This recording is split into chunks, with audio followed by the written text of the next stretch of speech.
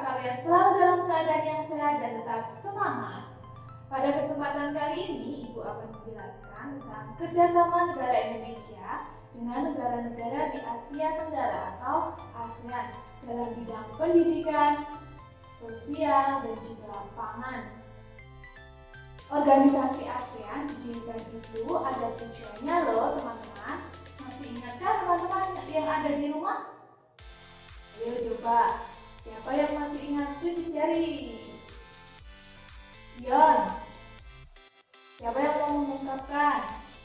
Novi, Dimas, Tata, yang lainnya? Oke, tujuan dari didirikannya negara ASEAN itu, teman-teman tentu masih ingat ya yang ada di rumah. Dia masih ingat? Oh masih, bagus, baik sekali. Coba kalau masih ingat diungkapkan. Apa tujuannya? Coba yang keras. Ya, benar sekali. Tujuannya itu untuk meningkatkan stabilitas dan juga kerjasama yang ada di negara-negara ASEAN. Oke, kita beri tepuk tangan untuk dia. Bagus, sekarang dilanjutkan ya. Nah, tadi Ibu akan menjelaskan bentuk kerjasama yang ada di bidang pendidikan, di bidang sosial dan juga pangan. Nah, sekarang kita mulai yang di bidang pendidikan terlebih dahulu. Kerjasama di bidang pendidikan. Yang pertama, pembentukan jaringan perguruan tinggi. Apa itu maksudnya? Nah, jadi ketika di negara ASEAN itu ada universitas terbaik yang paling bagus, itu bisa saling bertukar informasi sehingga calon mahasiswanya bisa mendaftar dan memilih universitas mana yang cocok dan paling tepat untuk mereka bersekolah. Yang kedua, menyediakan sarana-prasarana pendidikan dan juga perlengkapan untuk sekolah-sekolah agar sekolah itu bisa memadai bagi siswa dan peserta didiknya. Yang ketiga, melakukan pertukaran pelajar di negara-negara ASEAN. Nah, tentu ini pertukaran pelajar ini dilakukan agar kita juga saling belajar, terlebih di kebudayaannya juga bisa kita belajar bahasanya. Nah, bahasa Indonesia di Singapura, kemudian di negara-negara yang lain itu kan berbeda-beda. Maka dengan adanya pertukaran pelajar ini bisa kita saling belajar dari negara satu dan juga negara yang lainnya. Yang kedua, bentuk kerjasama di bidang sosial. Apa itu bentuk kerjasamanya? Yang pertama, ada pembentukan kelompok kerja ASEAN. Apa ya itu maksudnya? Nah, pembentukan kerjasama di ASEAN ini itu untuk menangani masalah-masalah pertumbuhan penduduk.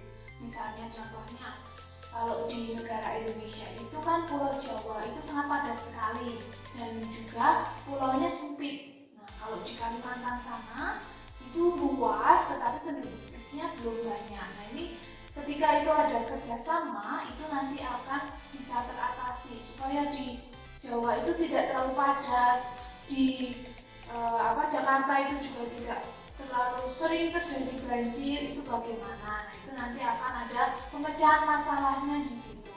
Yang kedua, pembentukan kelompok kerja kota-kota di Asia Tenggara yang berwawasan lingkungan. Nah, ini diharapkan di daerah kota itu bisa terlihat dan juga dirasakan lingkungannya itu masih asri, juga masih segar, maka banyak sekali ditanam-tanami tumbuhan agar juga polusi udara itu tidak semakin menyebar luas dan menimbulkan banyak permasalahan. Yang ketiga, penanganan bencana alam.